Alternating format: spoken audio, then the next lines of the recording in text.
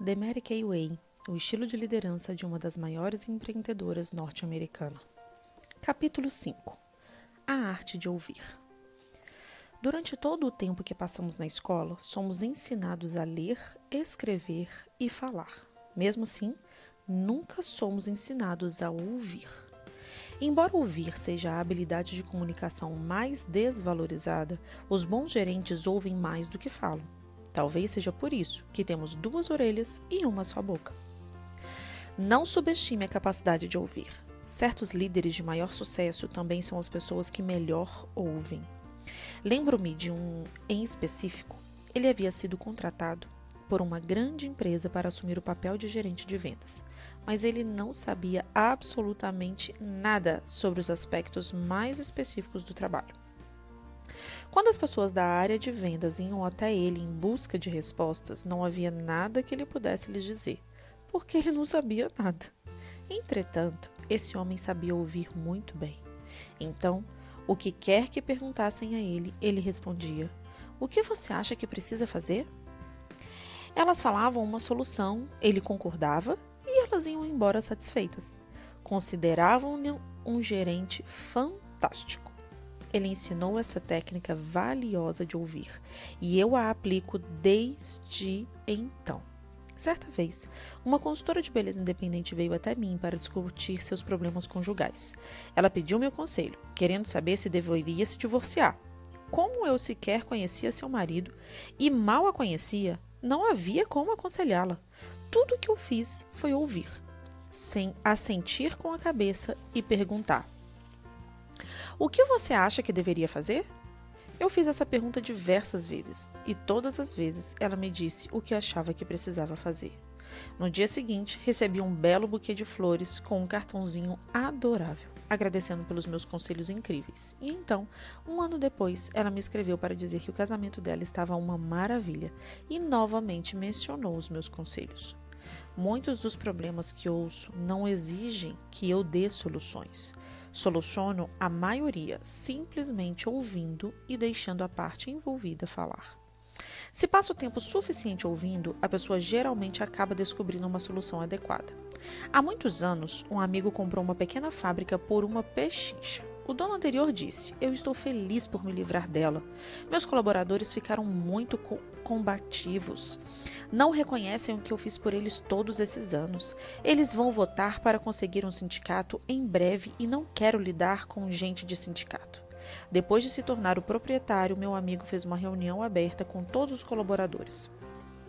"Quero que todos vocês sejam felizes", disse ele. "Me digam o que devo fazer para que isso aconteça?" E no fim das contas, ele só precisou se preocupar com pequenos luxos. Modernizar os banheiros, colocar espelhos maiores nos vestiários e máquinas de refrigerante e comida na área da recreação. Era só isso que eles queriam. Como resultado, não entraram para um sindicato e todos ficaram satisfeitos. Tudo o que eles queriam era alguém que ouvisse o que eles tinham a dizer. Ouvir é uma arte, e o primeiro mandamento dessa habilidade é prestar atenção total à outra parte. Quando alguém entra no meu escritório para falar comigo, não quero que nada distraia a minha atenção. Se estou falando com uma pessoa num recinto lotado, tento fazer essa pessoa se sentir como se fôssemos os únicos ali. Eu bloqueio todo o resto. Olho diretamente para a pessoa. Se um gorila entrar na sala, é capaz de eu não perceber. Lembro-me de como me senti ofendida certa vez quando eu estava almoçando com um gerente de vendas e toda vez que uma garçonete bonita passava, ele a seguia com o olhar. Eu me senti ofendida e fiquei pensando: para ele, as pernas daquela garçonete são mais importantes do que o que eu tenho a dizer. Ele não está me ouvindo. Ele não se importa comigo. É preciso prestar atenção para ouvir o que a outra pessoa está dizendo. Sem disciplina e concentração, nossos pensamentos começam a vagar. As pessoas também podem ficar distraídas por seus próprios preconceitos mesquinhos. Por exemplo, uma pessoa pode dizer um palavrão ou uma expressão de que você não goste, ou talvez você se irrite com um determinado sotaque. Conheço uns sulistas que não suportam o sotaque de Nova York. E conheci nova-iorquinos que sentem a mesma coisa com o sotaque enrolado dos sulistas. Consequentemente, eles deixam que algo muito insignificante os distraia do valor que está por trás dos pensamentos da outra pessoa. Todo mundo já viu piadistas que se encontram e começam a contar histórias. Um fala algo engraçado e logo a outra pessoa fala outra coisa engraçada. Nenhum está de fato ouvindo o outro porque os dois estão ocupados demais pensando na próxima piada. Em algum momento de nossas vidas, cada um de nós não ouviu o outro por estar ansiosamente esperando a hora de falar. Muitas vezes, as pessoas se sentem desconfortáveis sempre que há um silêncio na conversa. Elas se sentem compelidas a começar a falar. Talvez, se ficassem em silêncio, a outra pessoa possa esclarecer o que está falando ou dar informações adicionais. Às vezes, é bom para ambas as partes ficarem em silêncio durante alguns instantes para pensar. Uma conversa interrompida pelo silêncio pode ser um alívio. Na verdade, conversar sem parar pode ser indicador de que algo está errado. Muitos gerentes cometem o erro de criar uma relação de chefe-empregado entre eles mesmos e seus colaboradores, como uma relação de professor e aluno. Contudo, embora seja verdade que um professor fica na frente da turma e fala mais, um bom professor também sabe como ouvir com atenção. O mesmo vale para um bom gerente. Desempenhar um papel autoritário como um subordinado estabelece um relacionamento antagonista de nós-eles. A comunicação eficaz se rompe e ninguém ouve. Às vezes, ouvir por si só não basta. Às vezes, é preciso insistir se você deseja saber o que uma pessoa está pensando. Mas cuidado, seja sutil, ou pensarão que você é uma pessoa intrometida. Às vezes, há uma fina linha separando a invasão da privacidade da preocupação e interesse pelos outros. Com isso em mente, sempre que percebo um problema, faço uma ou duas perguntas e então fico em silêncio, ouvindo a resposta. Por exemplo, há algum tempo os hábitos de trabalho de um dos meus executivos, a quem darei o nome de Bill, começaram a fraquejar. Ele sempre havia enviado seus relatórios sem demora, mas há várias semanas ele chegava tarde, e nas reuniões do conselho ele estava contribuindo muito pouco.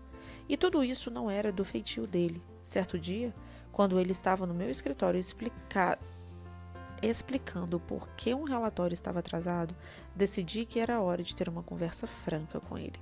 Levantei da minha mesa e fui até o lado para servir-lhe uma xícara de café. Você gosta com ou sem açúcar? Eu perguntei. Sem açúcar está bom. Coloquei a xícara dele na mesa em frente ao sofá e me sentei. Ele automaticamente sentou perto de mim. Bill, você é um dos nossos principais colaboradores. Você está trabalhando conosco há 12 anos e eu acho que nós nos tornamos bons amigos, eu disse. Eu sinto mesmo, Mary Kay, ele disse em voz baixa. Estou preocupada com você, Bill. Você sempre foi tão cuidadoso com seu trabalho que acabamos dependendo das suas contribuições, mas ultimamente você se comporta como se fosse outra pessoa. Ele não respondeu. Então parei de falar e tomei um gole do café. Ele parecia tenso, então me ofereci para servir-lhe mais café. Não, tudo bem, ele respondeu. Você está com algum problema em casa? Perguntei. Ele ficou vermelho e depois de alguns instantes fez um movimento afirmativo com a cabeça. Existe algo que eu possa fazer para ajudar? Ele então começou a me dizer o quanto estava triste porque o médico de sua esposa havia descoberto um tumor na parte superior das costas dela. Ele queria me contar porque sabia que estava afetando seu trabalho. Tenho certeza que foi necessário que ele falasse daqueles sentimentos que estava abafando.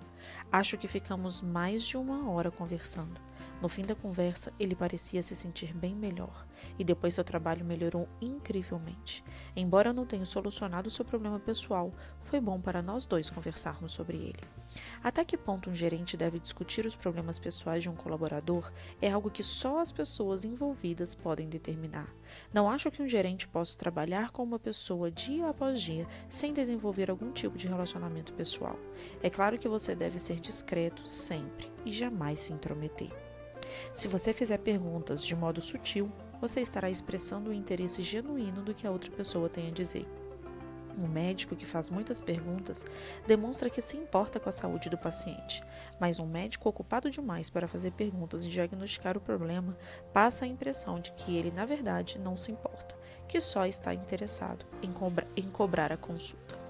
Me diga, quando foi que você começou a ter essa dor de estômago? Pergunta um bom médico. O que você estava fazendo na hora? O que você comeu antes de sentir a dor? Já teve essa dor antes? Dói quando eu toco aqui? E aqui? Ao fazer essas perguntas, ele não apenas passa a saber o suficiente para fazer o diagnóstico e tratar o problema, como também demonstra o quanto se importa. Na Mary Kay, toda pessoa na empresa sabe que pode vir falar comigo sobre os seus problemas. Quando ainda éramos uma empresa bem pequena, eu tinha um relacionamento de trabalho bem próximo com todos da organização. Naquela época, era fácil ouvir com frequência o que cada pessoa tinha a dizer. Mas agora, com tantas consultoras de beleza independentes e colaboradores, é fisicamente impossível ouvi-los sempre da mesma maneira. Mesmo assim, cada pessoa é tão importante quanto todas as outras que deve ser ouvida. Nossa solução é enfatizar para nossos líderes, por meio de treinamento contínuo, que ouvir sempre será a nossa maior prioridade. A sua própria organização pode ser uma fonte inestimável de ideias. Hoje em dia, a nossa grande força de vendas independente é uma fonte inestimável a que podemos recorrer em busca de novas ideias. Mantemo-nos em contato constante com as nossas consultoras de beleza independentes, encorajando-as a nos informar sobre o que está acontecendo do ponto de vista delas. A maioria das diretoras de vendas independentes, por exemplo, publica newsletter com relatórios mensais. Muitas de suas ideias são incluídas nas publicações da empresa, sempre com crédito para a criadora. A força de vendas independente nos dá suas opiniões com frequência. Recebemos centenas de ideias todo mês. Embora não seja possível usar cada uma delas, expressamos nossa gratidão a elas por partilharem conosco o que pensam. O maior nível da força de vendas independente é o de diretora de vendas independente que trabalha em nível nacional. Nele também, ouvir é uma prioridade. O mecanismo de comunicação mais eficaz para este grupo provou ser uma série de grupos conselheiros menores. Em tais reuniões, pedimos a esses grupos para avaliar ideias e oferecer soluções estratégicas. Como as diretoras de vendas independentes de cada país estão constantemente se encontrando com as diretoras de vendas e consultoras de beleza independentes, elas podem nos repassar informações de grande valor. Encoraje todos a darem as suas opiniões.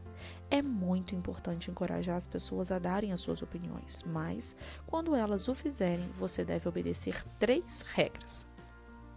1. Ouça o que elas têm a dizer. 2. Responda a todas as correspondências enviadas. 3. Dê o seu reconhecimento adequado a todas as sugestões válidas. Ao ouvir as pessoas que trabalham com as vendas, podemos desenvolver produtos que são o resultado direto das exigências de nossas clientes. Consequentemente, desenvolvemos nossos produtos de maneira diferente das empresas de cosméticos que não têm a vantagem desse mesmo tipo de retorno. Por exemplo, digamos que a empresa de cosméticos XYZ decida querer lançar um novo delineador. Depois de fabricá-lo, ela dá o produto para o pessoal de marketing e diz: vendam isso. E então o anunciam na televisão, criam mostruários requintados nas lojas, entregam folhetos nas residências e assim por diante. Tentam criar uma demanda para o seu produto, depois que ele é criado. Nós, por outro lado, sabemos o que nossos clientes querem antes de criar o produto. A força de vendas independente nos diz: nossas clientes querem um pó compacto deste tamanho. Nossas clientes querem essa sombra. Nossas clientes querem que o pincel de lábios faça isso e isso. Ao ouvir o que as clientes querem, os nossos grupos de pesquisas e desenvolvimento fazem produtos que são criados com as consumidoras em mente. Quando acrescentamos um novo rímel à prova d'água à nossa linha de produtos, por exemplo, ele corresponde à demanda expressada pelas consumidoras da nossa força de vendas independente. Mas não estamos organizados para prestar atenção no que dizem os nossos representantes de venda. Ouço às vezes os executivos de outras empresas dizerem: se uma empresa com centenas de milhares de consultoras de beleza independente pode ouvir, as outras empresas também podem. Se a sua liderança realmente quiser Conheci um gerente de vendas em nível nacional que ligava para cada um de seus 35 representantes de vendas pelo menos uma vez por semana. A comunicação constante com a equipe de vendas o mantinha a par do que estava acontecendo nas vendas. Outro gerente de vendas, com 40 representantes, fazia 25 ligações para pessoas aleatórias de sua equipe toda semana. Como vão as coisas? Ele dizia a elas de modo amigável. O que posso fazer por você? Se tiver alguma dúvida, é só perguntar. Os dois deixavam bem claro que nunca estavam ocupados demais para receber uma ligação. Quando não estamos disponíveis, faziam de tudo para retornar a ligação de seus colaboradores antes de ir dormir todos os dias. Embora muitas empresas tenham a oportunidade e ouvir o que tem a dizer sua equipe de vendas, elas não ouvem. Um representante de seguros de vida de grande sucesso certa vez me confessou que a sua empresa ignora totalmente o que os seus representantes dizem às pessoas do escritório. Eu nem sugiro mais, porque eles não prestam nenhuma atenção no que eu e nos outros representantes temos a dizer. Toda vez que eu falo de uma ideia para alguma mudança, o pessoal de marketing diz: concentre-se em vender e deixe que a gente se preocupe com os tipos de apólices que oferecemos. Temos todo tipo de especialista para planejar as apólices. Nem precisa perder tempo pensando nisso. Faça o seu trabalho, que a gente faz o nosso. Não apenas essa empresa de seguro tinha uma visão limitada, por não se mostrar receptiva a sugestões provavelmente muito boas, como também estava prejudicando o moral de sua equipe de vendas. Acredito que não ouvir o que as pessoas que trabalham para você têm a dizer indica uma séria negligência por parte do gerente. Felizmente, assim que você se dá conta da importância de ouvir, não é uma arte difícil de praticar. As pessoas que trabalham com você o informarão sobre o que está acontecendo se souberem que podem contar com você para ouvi-las. As diretoras de vendas independentes falam sobre os valores de Mary Kay em prática nos dias de hoje. Descobri que ouvir era uma habilidade que eu precisava muito aprender para de fato entender o que as mulheres da minha equipe me diziam, diz Norelle Turney Allen, da Austrália. Todos nós precisamos dessa habilidade extremamente importante para o crescimento pessoal. Ouvir foi o meu maior desafio e meu maior aprendizado, porque sou uma pessoa faladeira, diz Anna Evan. Devo nos meus 4 irmãos o fato de eu ser uma pessoa que adora contestar os outros. Eles me diziam diariamente que eu não podia fazer coisas porque era menina. Então se tornou um dever para mim correr mais rápido, subir mais alto na árvore, jogar uma bola mais longe, diz a texana que começou o seu negócio de beleza independente Mary Kay 2 anos depois da fundação da empresa. Essa empresa incrível foi construída sobre o fato de que nossos clientes se apaixonam pelos produtos Mary Kay e que atentamos às suas necessidades. Quando elas são cuidadas, aprendem a usar o produto e desenvolvem um relacionamento confiável, então a lealdade ao produto e novas compras surgirão, diz Judge Kawek, dos Estados Unidos. Pesquisadora de marketing por formação, a flexibilidade de seu negócio independente Mary Kay permitiu que Judge pudesse cuidar de seu marido, que foi diagnosticado com um problema do coração, de sua irmã, que tem paralisia cerebral, e também de sua mãe, quando adoeceu antes de falecer. Não quero nem pensar como teria sido passar por tudo isso ainda trabalhando na minha empresa anterior, diz ela hoje.